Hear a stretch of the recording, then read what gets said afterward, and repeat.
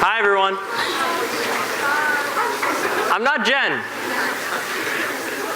My name is Joel Barnett. I'm filling in today. I'm lecturing. Jen is out sick, so we wish her well. So yeah, I've been a part of BiSci 3 for a long time.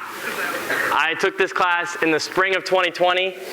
Most of you were probably still in high school, which makes me a little upset. But I've been in LC last spring. This is my third time being a TA. My TA group's sitting over there. So yeah, this is a pretty amazing experience. If you told me my freshman self that I would be standing here in the State Theater talking to you guys, I thought you would be pretty crazy. But this does mean the world to me. So I want to give you a little bit about myself. So I love to hike. That's me in Colorado. I love to ski. This is in Killington. This was the TA group from last year where I was in LC. I play Ultimate here on campus, and I was a thon dancer this year. So, but most importantly is I love this class. This class has become part of my identity. I just spoke to the upcoming group of TAs yesterday, and I said that something that you wouldn't expect when you first start becoming a TA is that this has become part of my identity. It becomes almost all I think about, so just very full circle moment here. So, we're all college students. It's an interesting time for us. We're all there. It's not easy. We're in the middle place, stuck between being a kid and being a grown-up. Partly because we're trying to find ourselves. Most people came to college to find themselves, find what they wanted to do, find what they loved. And at the same time, there are influential people in your life. Your mom, your dad, your grandparents, your brother, your sister, your significant other, pushing you or prodding you to do something. Do something important with your life. Pushing you to make decisions or making decisions for us. Wanting us to grow up. We're in college, right? It might feel like we're just waiting for our life to start, or maybe we just want to drag out how long we could stay in college. We're thinking about, there's a lot of choices. There's tension. Do I get meatball Mondays at McClanahan's? Do I sleep through my 9 a.m. tomorrow?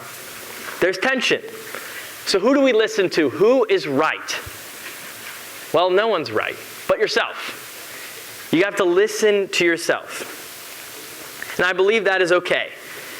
I don't know what I'm doing with my life. That's all right. When I was at TA training, our TA, Maddie, told me something pretty special, which is that we can all be teachers and learners. What I believe that this class does is open ideas, open doors. We, the TAs, LCs, and I, are not pushing you to believe like we do, but we're pushing you to figure out what you believe, why you believe what you believe, and what you're going to do about it. We don't expect answers from you, but we do expect thinking, exploring, reflecting. Like in your journals.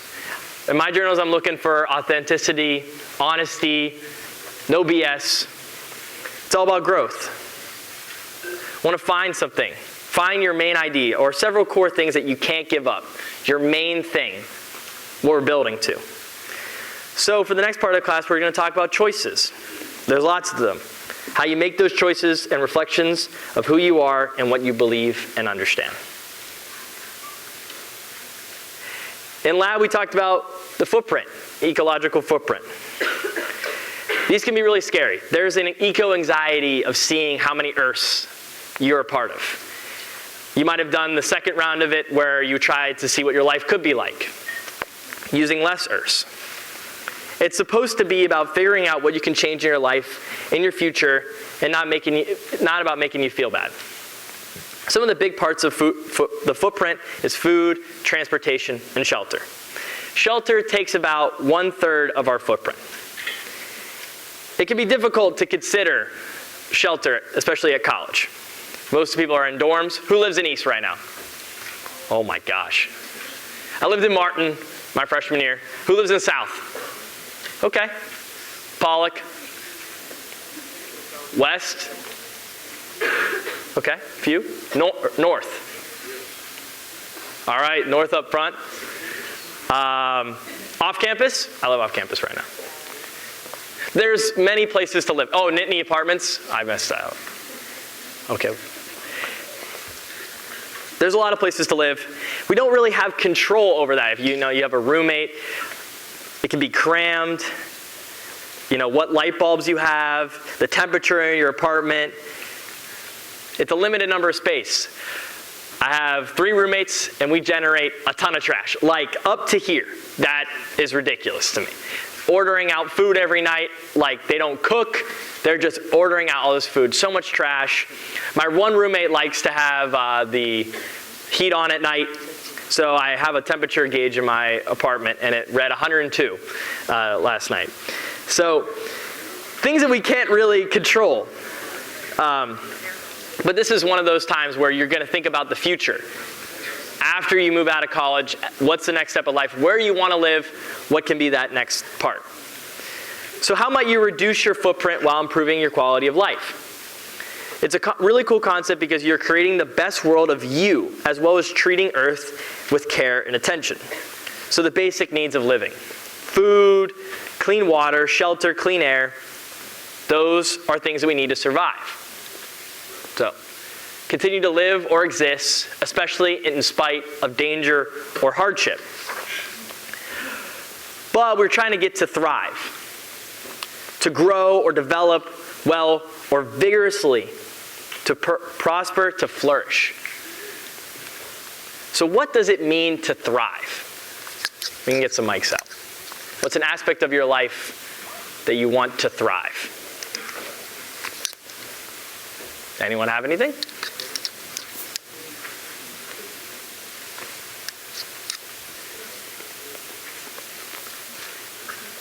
I'll call on people. I'm a TA. I've been in lab.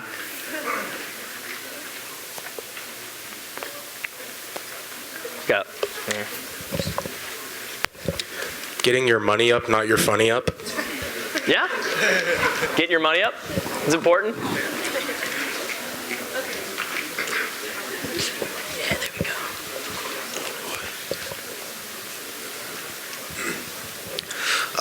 Hi. I would probably say academically, when you study very hard for a test and then your hard work pays off, you're thriving academically. Yeah. I remember that Econ 102 exam. You got to study hard for those, especially if you're taking it with Dr. Brown. Anyone else? Thrive. Do you have anything else?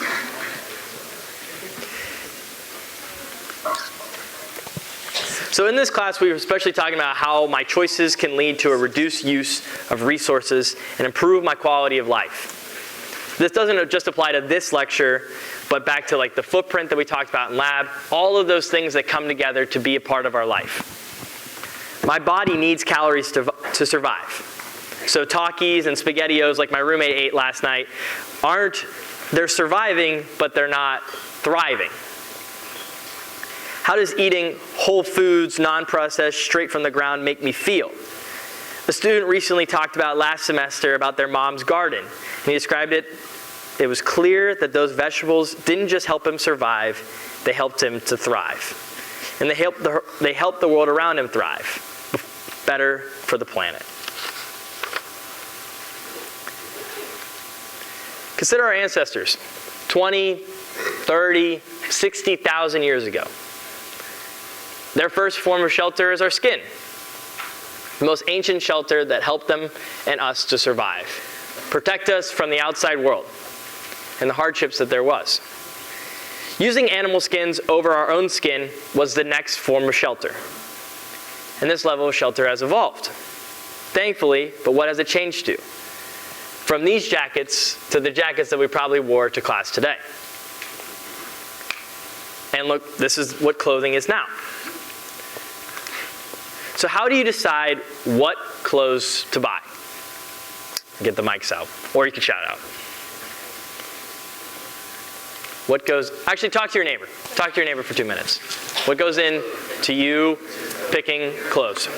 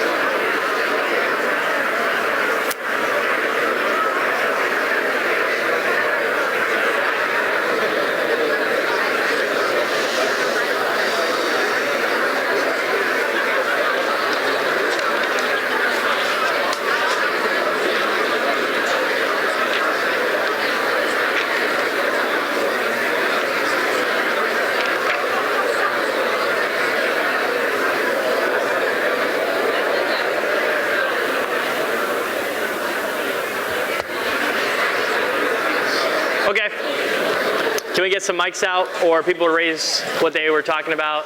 Joel, we have someone up here. Yeah, let's hear it. Okay, so I feel like TikTok really convinces me what to buy. Like, I always get the ads for like those addicted leather pants. Yeah. And like different influencers tell us like what vibe you want to dress for. Like, if you want to be like edgy or like earthy, like I kind of get like my inspiration for what to buy on there. Yeah, social media, trends. It's like, it's in our face all the time about what we should be wearing. Yeah. Anything else? Anything else? Okay, so I shop like almost all secondhand sustainable, just based off my like belief system about where our clothes come from and the environmental impact that they have. And I also think that secondhand clothing is like such an awesome way to express your individuality. So that's what I do mainly. Yeah. We have one. Oh, we have another one? We have one back here. Yeah. Sorry. Hi. Mine's pretty similar to the last point of like fast fashion and avoiding that for the environment, and I also like the individuality it brings to your style, because fast fashion sites, they just do the trends and they keep adding to the trends. But the best thing about fashion is things come back all the time. So if you save your clothes or you do secondhand, then you can still be in the trend, but be wearing things better for the environment. And fast fashion clothing tends to not last as long because they're made poorly. So it also, when you throw them out, it gives to the waste. So if you do buy fast fashion and you don't want to wear those clothes, you can then donate, and then it makes that way, because fast fashion currently it's easier to buy because it's cheaper, and we're all probably in a not our best finance place in college. So when you finish using that clothing, you can then donate, and then you won't be messing with the environment too much. You read my mind. You're skipping like 3 slides ahead. That's perfect. Anything else? What goes into purchasing clothes?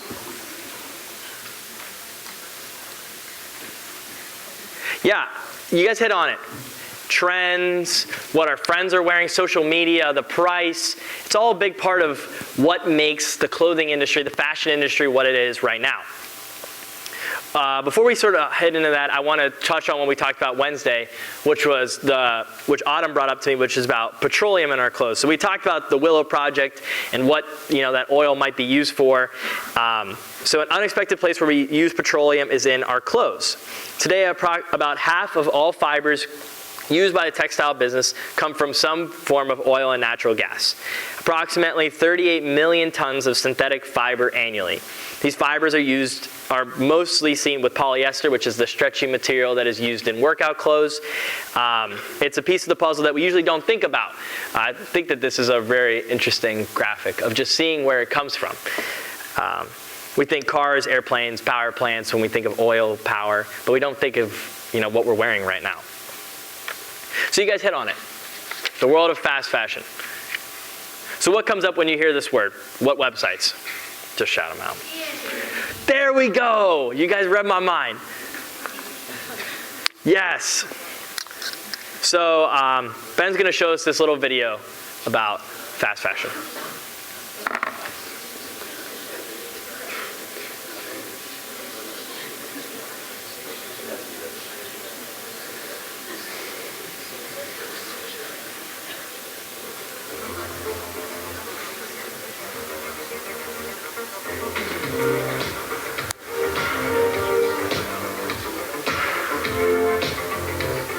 The influence of fast fashion spans continents.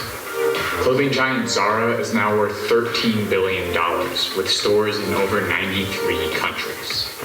Admittedly, I've made my fair share of purchases from H&M and Uniqlo, with my favorite being a blue bathing suit I bought for $10 at H&M. $10. How can a piece of clothing be that cheap to make, transport, and advertise? Well, to be honest, it can't. There are huge humanitarian and environmental costs that are hidden by an inexpensive price tag. Although these fast fashion companies have committed numerous human rights violations, today I'm only going to look at the environmental issues that are caused by the mass production of cheap clothes. The phrase fast fashion is used as an umbrella term to describe the accelerated process of turning new design ideas into clothes on the retail floor. In the case of a store like Zara, for example, it takes a mere 14 to 21 days from the inception to the sale of a product. And this ability to create new trends very quickly, combined with savvy marketing campaigns, has meant that stores like H&M and Forever 21 can quickly change every item in their store to drum up hype about a new line of clothing. Much like a fast food chain that is constantly changing its menu items in order to stay relevant, these fast fashion stores can introduce new clothes almost weekly. Not only does this mean that consumers are tempted to buy the newest and best pants or shirts, but it also means that older items quickly become irrelevant. This constant overconsumption has high environmental consequences. On the supply side of the equation, most clothing is now made of a material called polyester, which is a petroleum-based fiber that requires large amounts of fossil fuels for manufacturing. According to Forbes, that number has now reached up to 70 million barrels a year. And the rise of fast fashion went hand in hand with the rise in polyester. Yeah. That video hits on mostly Zara, but we just talked about Shein or Shein. The world of fast fashion, 75 million factory workers worldwide take up the fast fashion industry. To give that number some perspective, take the number of students at Penn State, multiply it by 2,000. 2% of those people have a living wage. That is what it takes to make these clothes. So what comes up after watching that video? Anything sort of stand out?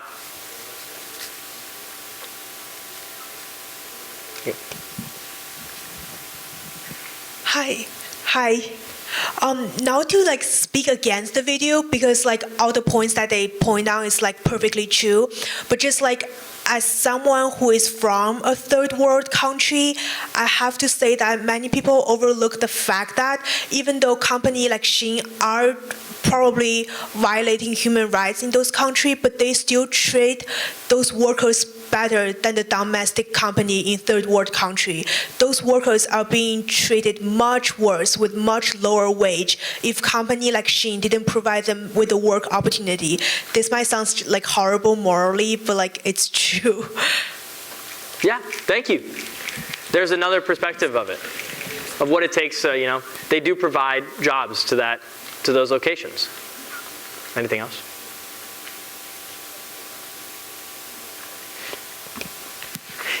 Over here again too, I thought the marketing ploys were very interesting, almost competing with luxury brands. So it's almost like they're also picking the right target market for that company, like which is us young people who can't afford luxury brands. Well, maybe some people, but like the average college student like can't get a Gucci belt on the reg. So like Zara is the place to go. So like kind of like glamorizing the brand, even though it's very cheap, was, I don't know, like kind of a brilliant marketing ploy. Yeah, the marketing is incredible. They fulfill a need. They sort of hit on, they know their demographic of young adults, sort of marketing that way. It's a big trend. We sort of hit on this earlier, but there's like the haul I had to block out. Let me go back, yeah. There's a lot of bags. This might be a little too much, but it's a trend, the haul. And what you said with the marketing. This is just a snapshot of the website I took last night. 90% off. Look at this, 65, 60. I went into the 60 men. Here we go, right here. That's like $9 for a t-shirt. And like the women's clothes, I mean, it's pretty crazy up here as well. It's enticing. We're, broke college students. It's trendy. They make new clothes on their website every 2 weeks. It's fast fashion based on how fast they make the clothes, but how fast they can keep up with the trends. She's not the only company. Zara, H&M, the video had hit on a couple others. But behind all of that is something that there are poor living conditions. It's what they don't show you. It can be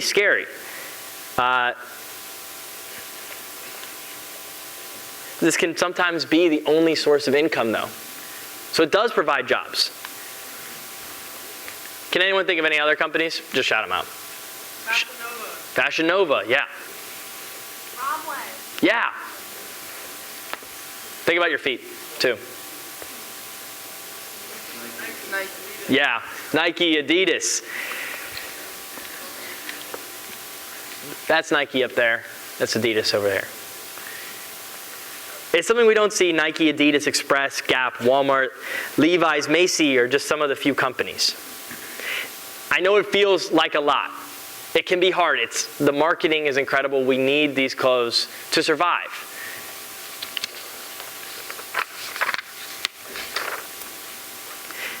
It just shows you what sort of this graph of how much the market is taken up by it. It's grown over the years as well.